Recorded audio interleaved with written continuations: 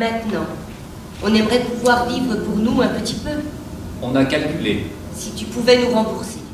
Alors c'est tout l'enjeu là de l'espace, de réussir à raconter plusieurs fils narratifs dans une même scénographie et même presque dans un même espace, puisque on joue l'histoire de Alice, une jeune femme à qui ses parents demandent de rembourser tout ce qu'elle leur a coûté depuis qu'elle est enfant, et donc comment elle va chercher de l'argent.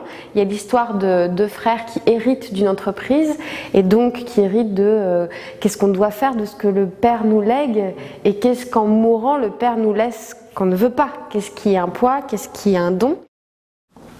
Reprends-en. Non, merci, ça va.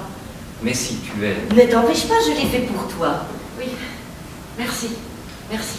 Je vais t'en faire un doggy bag pour toi et tes amis. Oui, c'est ça, merci. Et moi, je vais vous envoyer un peu de soin. Comme tu peux, hein.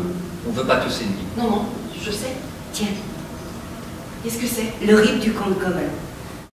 Et il y a un jeu de société qui met en scène vraiment les règles de l'économie actuelle, de comment en fait les joueurs de l'économie actuelle, les pays, les créanciers, les débiteurs inventent des règles à chaque fois, sont des mauvais joueurs parfois, des mauvais perdants, et où on voit bien que les règles du jeu ne sont pas préétablies mais complètement inventées par ceux qui prennent le pouvoir, et puis que c'est un jeu où que le meilleur gagne en fait. 2 1 2 Tire une carte. J'ai tiré la carte Surprise. Qu'est-ce que c'est?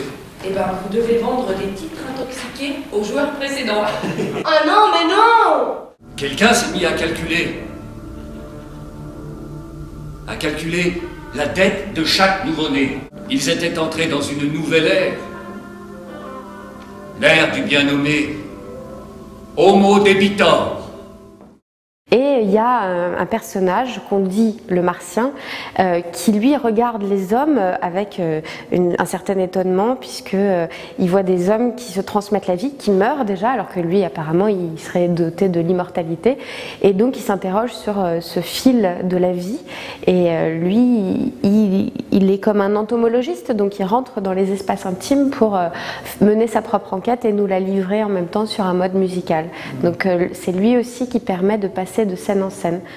Les personnages de l'intime ne sont jamais des pions, parce que c'est ça qu'on montre, c'est comment on peut être des pions politiques peut-être, mais nous dans notre vie on est traversé par ces histoires, et c'est comment l'humain vit là-dedans, et il y a toujours, ce qui est important c'est de défendre l'humanité là-dedans, toujours. Donc les personnages ne sont pas des pions, par contre dans le jeu, on peut montrer que la froideur, le cynisme économique, lui, peut s'apparenter à une forme de pion d'un jeu, oui. Ce jeu est con! Mais qu'est-ce que tu veux qu'on fasse à la place? Bah je sais pas, être moins con.